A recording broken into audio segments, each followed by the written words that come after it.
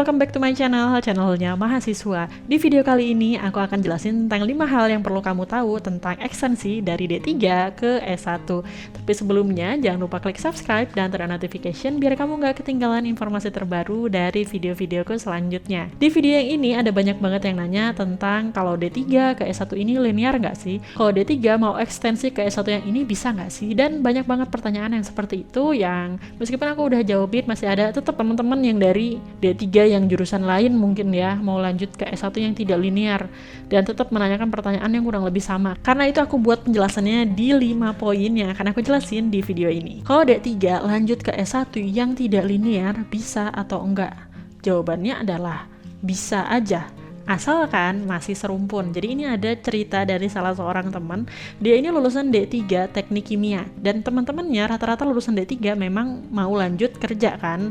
Jadi lulusan D3 ini kerja, setelah kerja sekian tahun ada tawaran untuk naik pangkat atau naik jabatan dan persyaratannya yaitu pendidikan minimal S1 kalau mau naik pangkat. Karena itu teman-temannya pada tugas belajar atau cuti untuk kuliah lagi, yaitu kuliah ekstensi. Nah, untuk kuliah ekstensi ini bisa linear ataupun tidak linear asalkan masih serumpun, tergantung dengan tempat kamu kerjanya gimana. Biasanya kalau misalnya kamu lulusan D3-nya teknik kimia misalnya, kemudian kamu bekerja di bidang teknik kimia, ya lanjut lagi kuliah ekstensi S1 ya berarti teknik kimia sesuai dengan background pendidikan dan juga pekerjaan. Tapi kalau misalnya setelah lulus D3 teknik kimia kerja di bidang teknik mesin, kira-kira bisa nggak sih ngambil ekstensi teknik mesin? Jawabannya adalah bisa. Kenapa? Tidak linear tapi masih serumpun. Cuma kuliahnya biasanya lebih lama. Anggaplah kalau untuk yang ekstensi itu cuma sekitar 1,5 atau 2 tahun. Tapi karena D3-nya tidak linear dengan S1 ekstensinya, meskipun masih serumpun, kuliahnya bisa jadi lebih lama karena lebih banyak SKS yang diambil. Pertanyaan yang kedua, kalau misalnya D3 ke S1 yang tidak linear, tidak serumpun, dan bahkan lintas bidang, kira-kira bisa nggak? Misalnya kayak dari D3 yang kesehatan, mau lanjut ekstensi yang di bidang teknik, ini kan udah jelas-jelas tidak linear, tidak serumpun, dan tidak sebidang. Jawabannya adalah tidak bisa. Kenapa? Ini terlalu jauh. Gini, ekstensi itu sebenarnya adalah perpanjangan dari D3. Jadi S1 ini tujuannya untuk menambah bobot mata kuliah yang tidak didapatkan di D3. Jadi kalau misalnya kamu mau lanjut S1 dari D3 yang linear, kamu cukup menambah sedikit SKS aja untuk melengkapi mata kuliah yang belum kamu dapat di D3 tadi, sehingga kamu bisa dapat nih ijazah S1. Tapi kalau misalnya backgroundnya jauh banget, otomatis mata kuliah yang belum kamu dapatkan itu banyak banget dan SKS yang kamu harus ambil juga banyak banget. Kalau tidak sama, benar-benar beda kayak tadi dari kesehatan mau ke teknik, hampir seluruh mata kuliah teknik tidak kamu dapatkan selama kamu kuliah D3 kan. Kalau kayak gitu, lebih baik ngulang kuliah S1 aja. Jadi nanti kamu akan punya 2 gelar dan kamu benar-benar punya backgroundnya dari dasar banget. Karena kalau misalnya ekstensi, terus nanti anggaplah aku mau ngambil nih, nggak apa-apa aku mau ekstensi teknik aja. SKS-nya akan semakin banyak, lebih dari 2 tahun, bisa 3 tahun, 4 tahun ya. Kalau gitu apa bedanya sama kuliah S1 gitu. Yang ketiga, kenapa aku mensyaratkan S1 ekstensi yang linear aja? Karena kampus yang menerima S1 ekstensi akan menghitung angka kredit kuliah.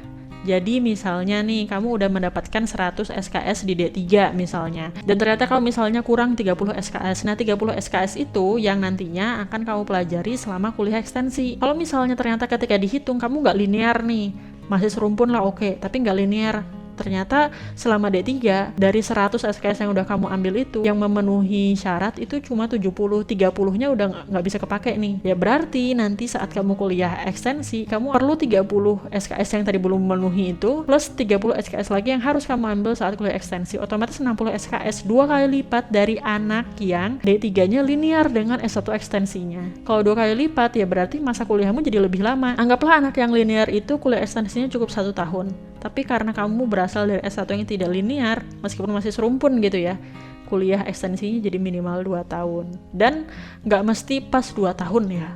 Karena misalnya anggaplah kamu nggak ngambil mata kuliah full setiap semesternya, ya otomatis jadi lebih panjang lagi masa kuliahnya. Pertanyaan yang keempat yaitu, apakah ada kampus yang mau menerima mahasiswa dari D3 yang tidak linear? Jawabannya adalah ada. Terus kampusnya di mana? Kalau untuk informasi kampusnya di mana, kamu bisa cari sendiri dengan cara googling. Kamu misalnya pengen kuliah, misalnya kamu nih lulusan D3-nya kesehatan, mau lanjut S1-nya teknik, dan kamu mencari S1 teknik yang mau menerima dari D3 yang tidak linear, itu di mana ya? Ya kamu googling, kamu pengen kuliah di kampus mana yang menyediakan S1 ekstensi. Misalnya kamu mau di Universitas Brawijaya, kemudian di UI, Undip, nah kamu cek dulu, kemudian kamu lihat persyaratannya.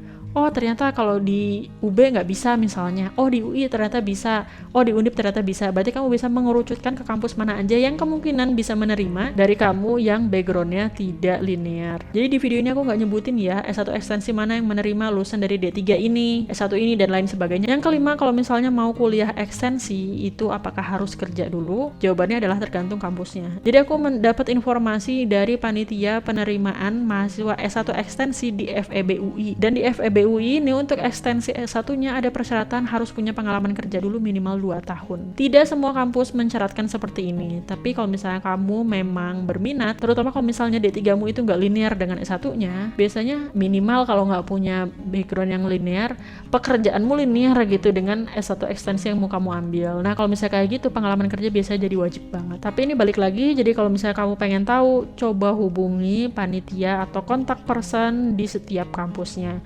Syukur-syukur kalau misalnya kampusnya udah menyediakan semua informasi di website, jadi kamu nggak perlu ngubungin ke kontak personnya. Tapi kalau seandainya informasi yang nggak ada di websitenya, ya mau nggak mau kamu harus cari informasi sebaik-banyaknya ke pihak kampusnya.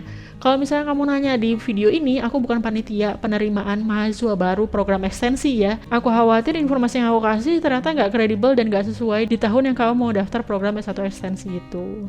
Oke, segitu aja. Semoga 5 poin ini bisa menjawab pertanyaan kamu yang pada mau lanjut kuliah S1 ekstensi dari D3 yang tidak linear. Terima kasih sudah menonton video ini sampai akhir. Jangan lupa klik subscribe dan turn on notification. Sampai jumpa di video selanjutnya. Terima kasih.